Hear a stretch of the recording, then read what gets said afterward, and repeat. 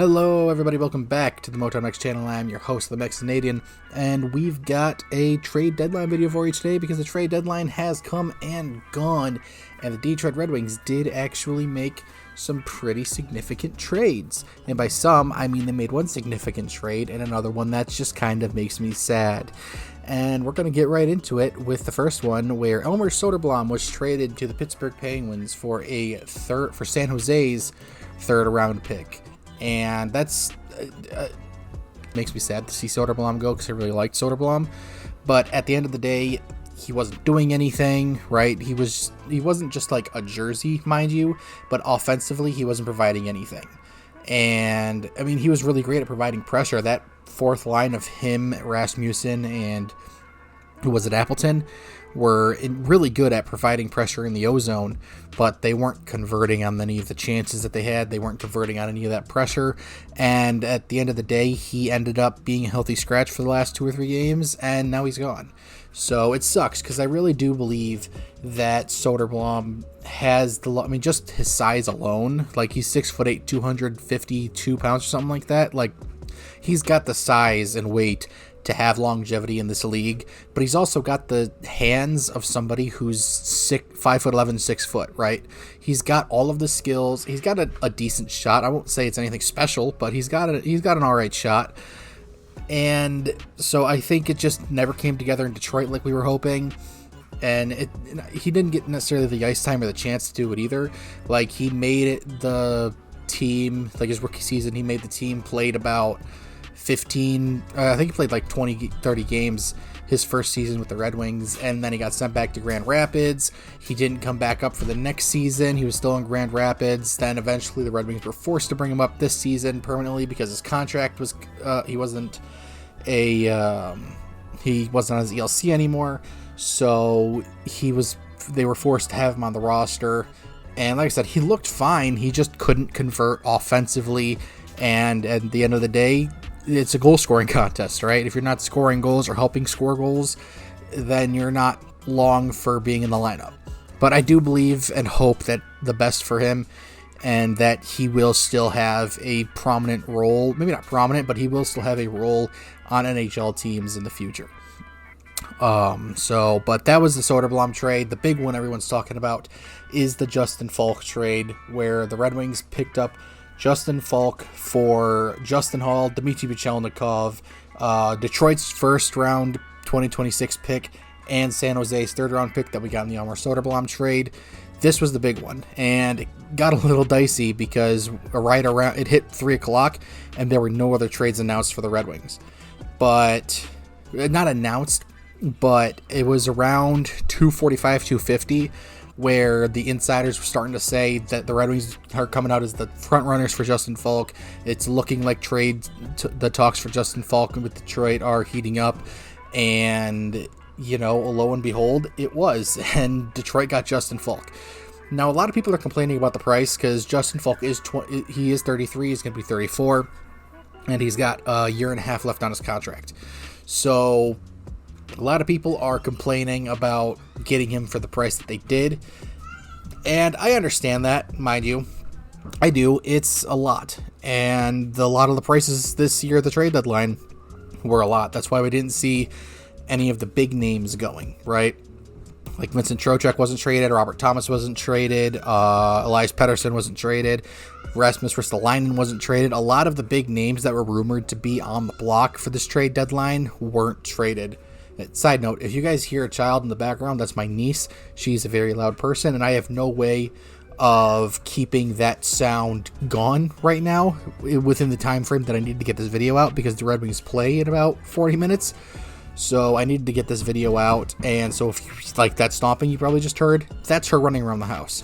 So I have no way of concealing that because I'm in the basement. So anyways, yes, Justin Falk, a lot of people were upset, and they weren't so upset about the fact that it was a first, third, and Justin Hall, because at the end of the day, that's an incredible deal, but it was the fact that Dmitry Buchelnikov, who is widely considered one of the Red Wings' best non-first round, if not the best Red Wings non-first round prospect in the pipeline, and he's about 6, 7, 8 on the Red Wings depth chart in terms of prospects. a lot of people were upset that he was included because everybody likes him. I liked Pachelnikov a lot too. He had a lot of promise. He had an incredible shot, and he's got fantastic to almost elite playmaking skills. But at the end of the day, he's a winger, and you've got a lot of wingers, right? You've got Eddie Gunberg, you've got Max Plant, you've got Carter Bear, you've got Michael Brandsegg-Nygaard, Amadeus Lombardi, like you've got Carter Mazur. Now, I think Pachelnikov is better than Carter Mazur, but at the end of the day, you have so many prospects that you have to trade some of them, even if they're considered really good prospects, right? You got to spend money to make money, and this is the way you make money. Like, yes, Falk, he's 33, but at the end of the day, he helps the team now, and what the best thing that can help the team now is getting into the playoffs. You have to get into the playoffs to show the league, the rest of the league, and other players that you are legitimately serious about competing in the near future, right? You can't just, hold on to all these prospects and sell all these players on, hey, look at all these fantastic prospects we've got coming up and who are on the roster now. Don't you want to play with them? Sure, that works for a few guys, but, if you're looking at some of the upper echelon of talent and stuff like that, those guys want to win, and they want to win soon. You can't go up to Connor McDavid in free agency and be like, hey, do you want to play next to Lucas Raymond? Well, you could probably do that, but you can't go, hey, look, do you want to play? We got all these, we got this guy, this kid, Michael Brandsegg-Nygaard, and he's, 6'2", solid guy with a fantastic shot. Do you want to play next to him? Connor McDavid's going to be like, all right, well, are you guys in a place to win the Stanley Cup?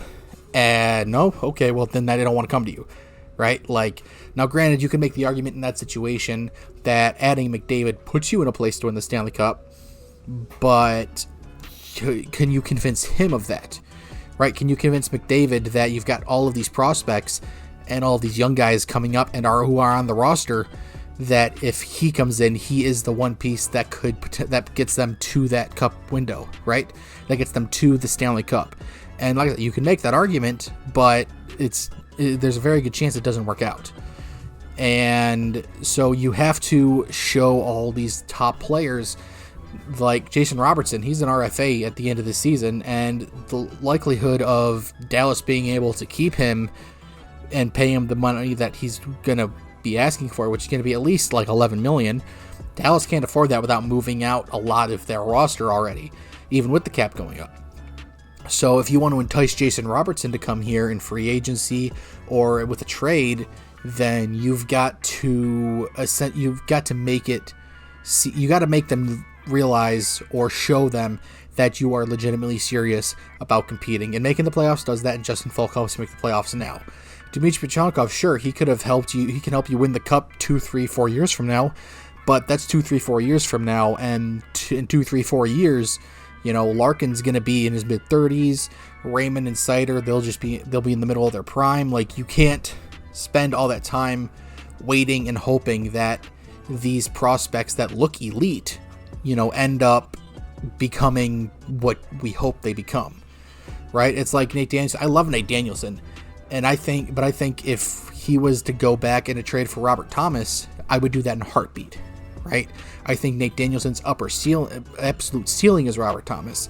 But if you could trade Nate Danielson for Robert Thomas, who could be not Robert Thomas, which is unlikely, to get Robert Thomas right now, then you do that. So if you're trading Dmitry Pachelnikov for a defenseman that helps you right now, especially when you're so loaded on winger prospects, you do that.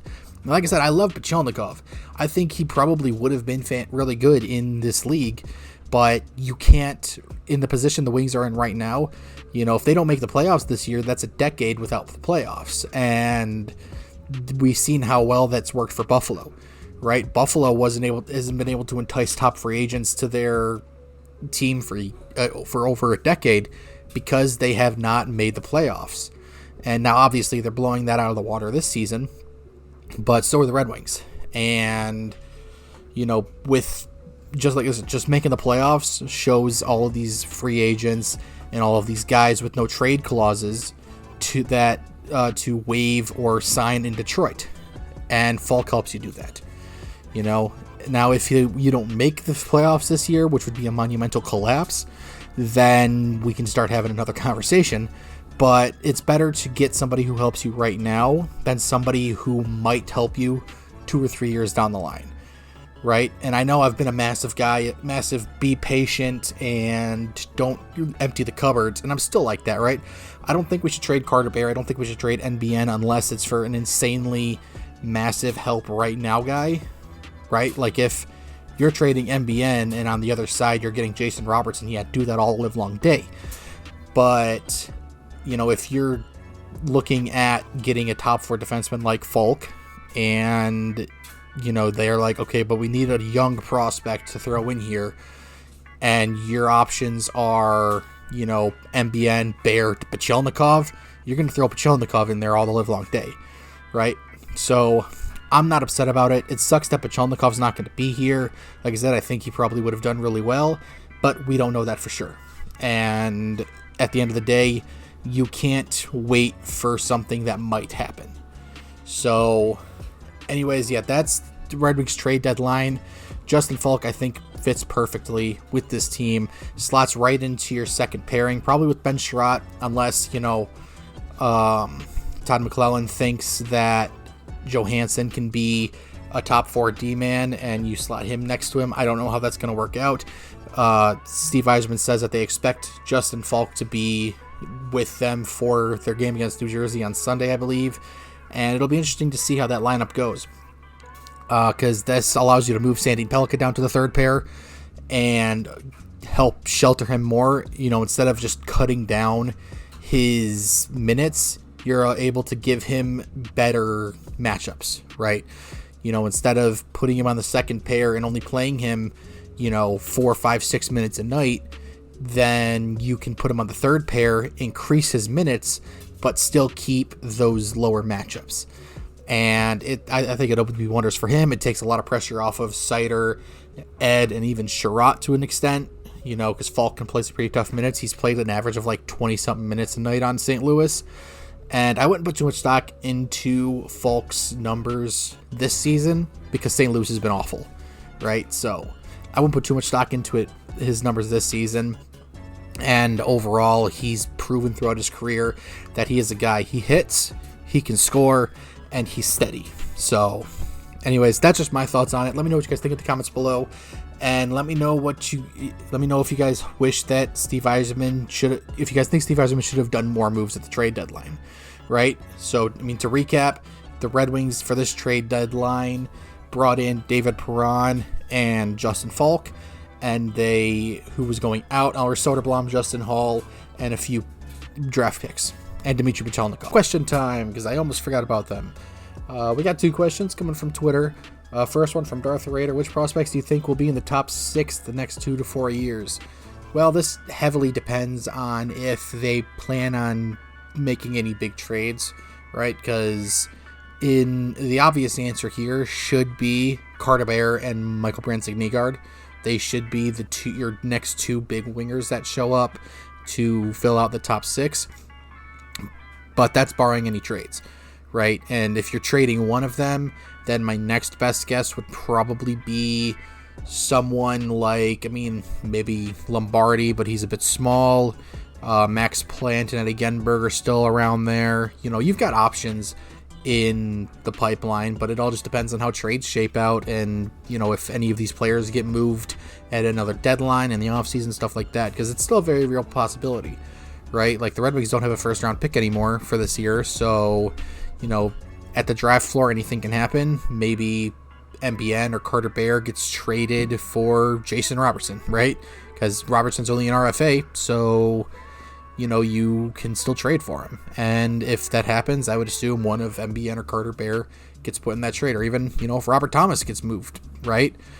And, you know, you still got Nate Danielson, who could be your potential 2C. Michael Casper could still be your potential 2C. You've got plenty of options. Like, it's not a void pipeline, so you got more than enough options that could be there potentially, and a lot of them have a lot of high upside. So the last question from Brendan, what is your grade on this year's trade deadline? I'd give it a solid B+, right? Like, you got rid of the Justin Hall contract, which ends this year, so not an insanely big deal, but that's more money off the books, just for whatever reason, right? And then, you brought in Perron to shore up your bottom 6 scoring, Justin Falk to shore up your top 4 defense, and you only used one of your own picks to do it. So I think overall it's a B+. Not the A+ we were looking for, but prices, like I said, the prices were so high that the odds of being able to make all of the moves we were hoping that would fill in all of the holes that the Red Wings have right now this season, it just wasn't possible. So overall, like I said, B+, and that's my thoughts. So thank you guys so much for watching, and I'll talk to you in the next video. Take care.